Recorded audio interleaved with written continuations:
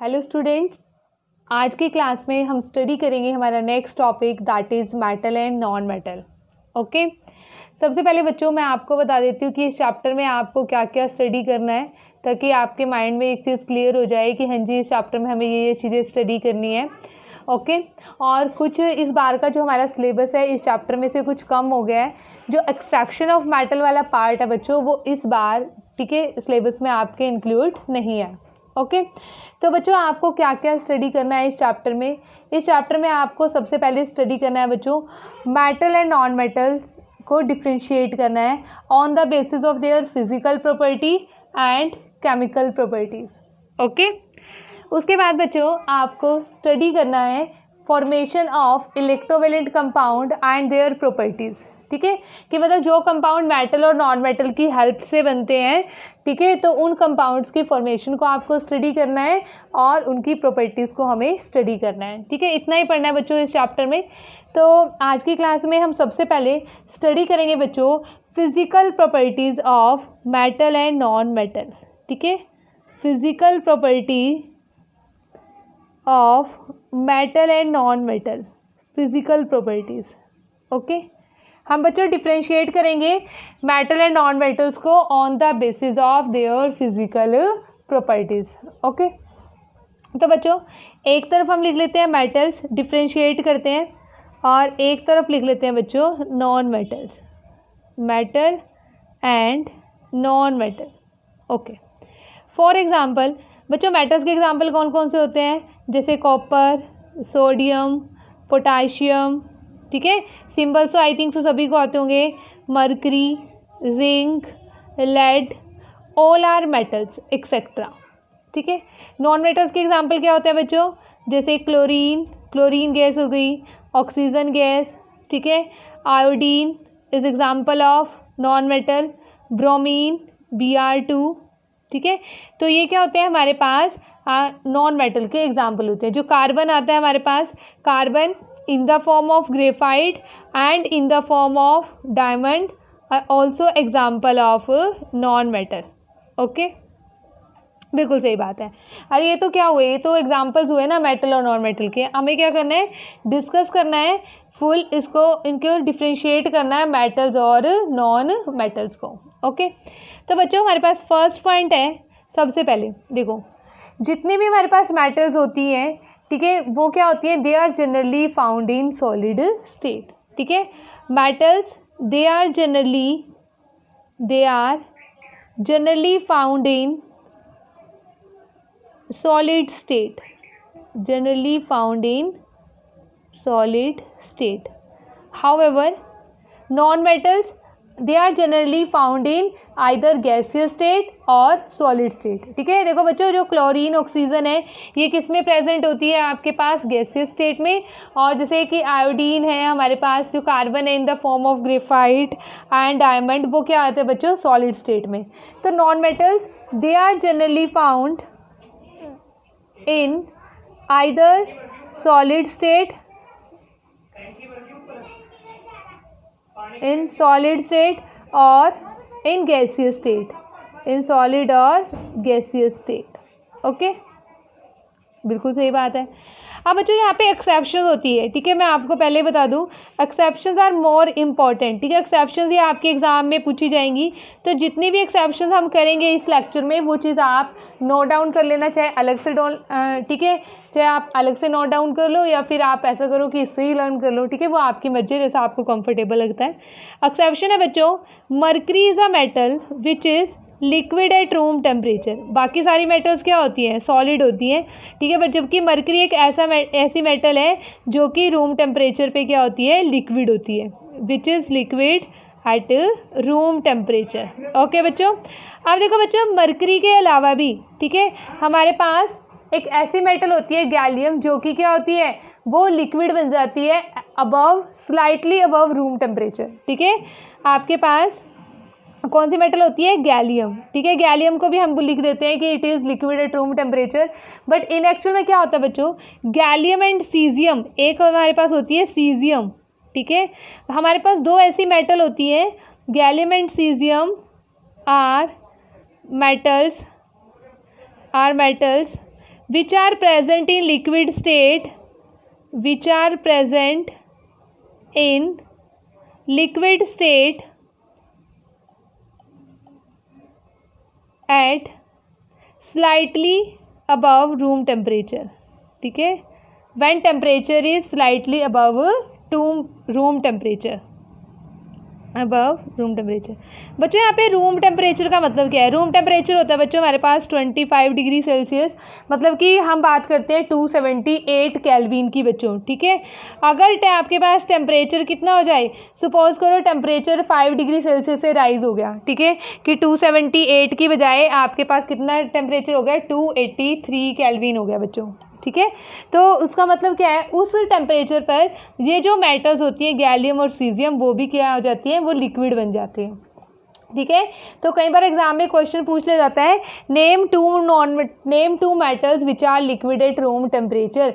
तो बच्चों आप एक मरकरी लिख सकते हो और एक गैलियम भी आप लिख सकते हो। ठीक है, कोई ज़रूरी नहीं है, बट इन एक्चुअल में यही होता है, जो गैलियम और सीजियम होते हैं वो जब हमारे पास room temperature slightly above room temperature हो जाता है तो उस टाइम पर जो हमारी मेटल है वो क्या बन जाती है, दोनों मेटल लिक्विड बन जाती हैं। ओके स्टूडेंट्स, अब इस केस में एक्सेप्शन क्या है बच्चों? इस केस में bromine is a non metal which is liquid at room temperature. Bromine is a non metal which is liquid at room temperature. ठीक है, तो ये तो था हमारे पास first point. Okay, then next point बच्चों, अब देखो बच्चों ये तो हमेशा सॉलिड स्टेट में ही मिलती है जो हमारे पास जो मेटल्स होती है। अब ये अगर सॉलिड स्टेट में मिलती है और ये हमारे पास जो नॉन मेटल्स है वो सॉलिड स्टेट में भी हो सकती है, गैसियस स्टेट में भी हो सकती है, तो दोनों के मेल्टिंग पॉइंट में क्या डिफरेंस होगा? इनका जो मेल्टिंग पॉइंट होगा वो हाई होगा। Their melting point and boiling point are very high, and boiling point are very high. और उनका क्या होगा बच्चों, नॉन मेटल्स के केस में they have low melting point and boiling point, they have low melting point and boiling point। Okay, तो ये हमारे पास हो जाएगा सेकंड पॉइंट। ठीक है, तो उसके बाद हमारे पास हम बात करते हैं थर्ड हमारे पॉइंट की। ठीक है, तो एक तो क्या होगा कि जो मेटल होती है वो सॉलिड स्टेट में मिलती है और जो नॉन मेटल्स होती है या तो वो सॉलिड स्टेट में मिलती है या फिर वो गैसियस स्टेट में मिलती है। सेकंड पॉइंट हो गया कि उनका जो मेल्टिंग पॉइंट और बॉइलिंग पॉइंट होता है वो हाई होता है और नॉन मेटल्स का बॉइलिंग पॉइंट और मेल्टिंग पॉइंट क्या होता है बच्चों, लो होता है। थर्ड हमारे पास पॉइंट आ जाएगा यहाँ पर, इसी के भी यहाँ पर, metals they are hard in nature, they are hard in nature. ठीक है, जो मेटल्स होती है वो सारी की सारी हार्ड होती है नेचर में, जबकि हमारे पास जो नॉन मेटल्स होती है they are soft in nature, they are soft in nature, ये सॉफ्ट होती है हमारे पास नेचर में। ठीक है, बट बच्चों इसमें भी एक एक्सेप्शन है नॉन मेटल के केस में। क्या एक्सेप्शन है? एक्सेप्शन ये है हमारे पास कि जो डायमंड होता है, कार्बन होता है ना, ठीक है, diamond is the hardest non substance. ठीक है, डायमंड, ठीक है, कार्बन के साथ आपको डायमंड लिखना है। कई बच्चे क्या करते हैं, ओनली कार्बन लिख देते हैं। ठीक है, तो कार्बन का मतलब ग्रेफाइट भी हो सकता है, तो आपको स्पेसिफाई करना जरूरी है। Diamond is the hardest, is the non hardest substance. ठीक है, ये सबसे ज़्यादा हार्ड होता है, तो ये एक्सेप्शन होगी ना बच्चों। ठीक है, तो ये भी आपको लर्न करनी है। एक्सेप्शंस मैं बार बार बोल रही हूँ, बहुत ज़्यादा इंपॉर्टेंट है। नेक्स्ट फोर्थ पॉइंट आता है बच्चों हमारे पास। ठीक है, सॉरी, यहाँ पे भी एक एक्सेप्शन होगी बच्चों। ठीक है, देखो वैसे तो मेटल्स जनरली क्या होती है, हार्ड इन नेचर होती है, but sodium and potassium are two metals which are very soft and can be cut with a knife. ठीक है, आर टू मेटल्स, ठीक है, two soft metals, are two soft metals can be cut with a knife, they can be cut with a knife. Okay, तो ये हो जाएगा बच्चों हमारे पास। ठीक है, उसके बाद आता है हमारे पास फोर्थ पॉइंट। फोर्थ पॉइंट है बच्चों, जो मेटल्स होती है ना, मेटल्स में हमेशा कितने इलेक्ट्रॉन्स होते हैं आउटर मोस्ट शेल में? आउटर मोस्ट शेल में बच्चों इलेक्ट्रॉन्स होते हैं 1, 2 और 3। और नॉन मेटल्स में कितने होते हैं? नॉन मेटल्स में होते हैं बच्चों 4, 5, 6। ठीक है, इतने इलेक्ट्रॉन्स होते हैं आउटर मोस्ट शेल में। ठीक है, ये भी हम बात करेंगे। ठीक है, जब हम केमिकल प्रॉपर्टी स्टार्ट करेंगे तो ये पॉइंट्स मैं आपको तब बताऊंगी, क्योंकि वो केमिकल प्रॉपर्टीज़ में भी आ सकते हैं। केमिकल प्रॉपर्टी में ही आएंगे ना, बात करेंगे इलेक्ट्रॉन लूज़ करने की, इलेक्ट्रॉन गेन करने की। ठीक है, तो ये फिजिकल प्रॉपर्टी हम कर रहे हैं अभी तो, मेटल्स की और नॉन मेटल्स की। नेक्स्ट है बच्चों, metals are malleable in nature, they are malleable, they are malleable, okay. However, non-metals are not malleable. They are not malleable. अब बच्चों यहाँ पे malleable का मतलब क्या होता है? malleable का मतलब होता है बच्चों हमारे पास the ability of a substance, ठीक है, by which a metal can be beaten into thin sheet. The ability of metal by which a metal can be beaten into thin sheet is called malleability. Okay. तो students, जो हमारे पास जो metals होती है वो क्या होती है? They are highly malleable, however non metals are not highly malleable. ठीक है, non metals are not malleable, वो तो मेलिएबल हो ही नहीं सकती। क्या हम उसकी शीट्स बना सकते हैं नॉन मेटल्स की? नहीं बना सकते ना, मेटल्स की बना सकते हैं। Okay students, okay. उसके बाद हमारे पास बच्चों 6th पॉइंट आता है डक्टिलिटी।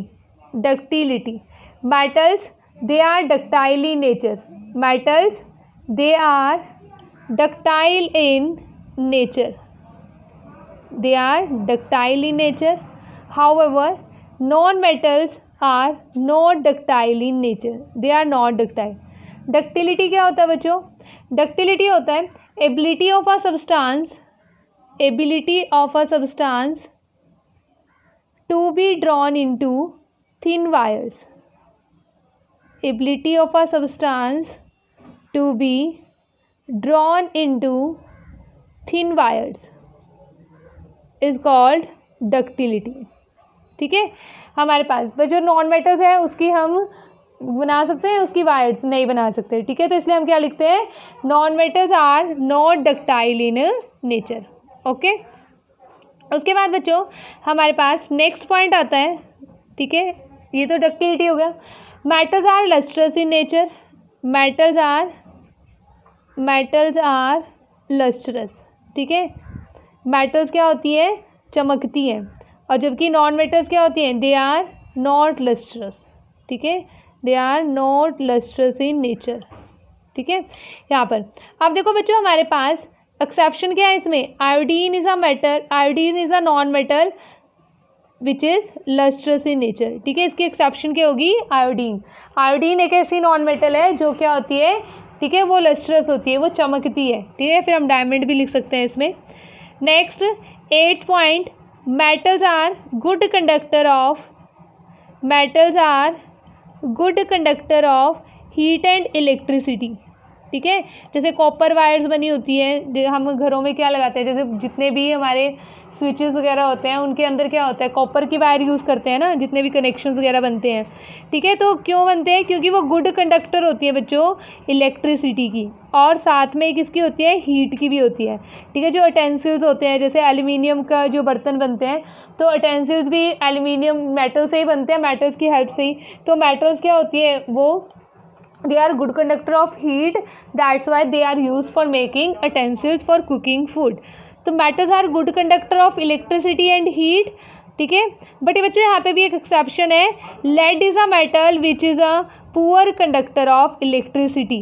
lead, PB जिसका सिंबल होता है, lead is a poor conductor of electricity. ठीक है, lead हमारे पास एक ऐसी मेटल है जो पुअर कंडक्टर है इलेक्ट्रिसिटी की। ठीक है, तो ये भी एक एक्सेप्शन है, ये पूछी जाती है, तो इसलिए मैं आपको बता रही हूँ कि एक्सेप्शन ध्यान से लर्न करना। नॉन मेटल्स क्या होते हैं बच्चों? They are not good conductor, they are bad conductor of heat and electricity, they are bad conductor of heat and electricity. But बच्चों यहाँ पे भी एक एक्सेप्शन होती है, ग्रेफाइट। ठीक है, एक्सेप्शन क्या है यहाँ पर? ग्रेफाइट। ठीक है, graphite is a non metal which is good conductor of electricity. ठीक है, ग्रेफाइट के थ्रू क्या होता है? ग्रेफाइट एक ऐसी नॉन मेटल है जो क्या है आपके पास? गुड कंडक्टर है किसकी? इलेक्ट्रिसिटी की। Graphite is a good conductor of electricity. Okay students, good conductor of electricity. ठीक है, उसके बाद आता है बच्चों हमारे पास नेक्स्ट पॉइंट, मेटल्स की डेंसिटी क्या होती है, हाई डेंसिटी होती है, क्योंकि इनका मास भी ज़्यादा होता है, क्योंकि जनरली सॉलिड स्टेट में मिलते हैं ये, they have high density.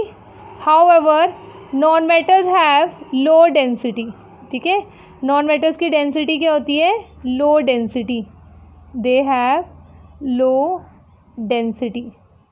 Okay students, ठीक है, तो ये हमारे पास एक तो ये चीज़ होगी।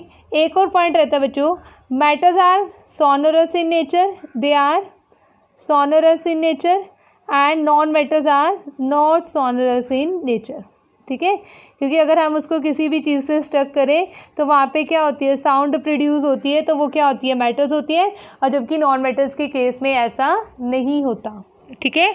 तो ये तो थी बच्चों हमारे पास फिजिकल प्रॉपर्टी, ठीक है। एग्जाम में क्वेश्चन कई बार पूछा जाता है कि डिफरेंशिएट करो मेटल और नॉन मेटल को on the basis of their physical property, and sometime question क्या आता है, differentiate metal and non metals on the basis of there chemical property, ठीक है। तो बच्चों ये फिजिकल प्रॉपर्टी है, कई बच्चे क्या करते हैं केमिकल प्रॉपर्टी में भी ये प्रॉपर्टीज लिख देते हैं, जो कि बिल्कुल रॉन्ग होती है, ठीक है, और उसका कोई भी मार्क्स आपको नहीं मिलता। तो बच्चों ये थी हमारे पास कुछ प्रॉपर्टी, ठीक है। आज के लेक्चर में हमने सीखा मेटल्स और नॉन मेटल्स के बीच में को डिफरेंशिएट करना on the basis of physical property. Next class में बच्चों हम डिस्कस करेंगे chemical properties of metal and non metals, ठीक है, डिफरेंशिएट करेंगे मेटल्स और नॉन मेटल्स को on the basis of chemical properties. तो मिलते हैं नेक्स्ट क्लास में।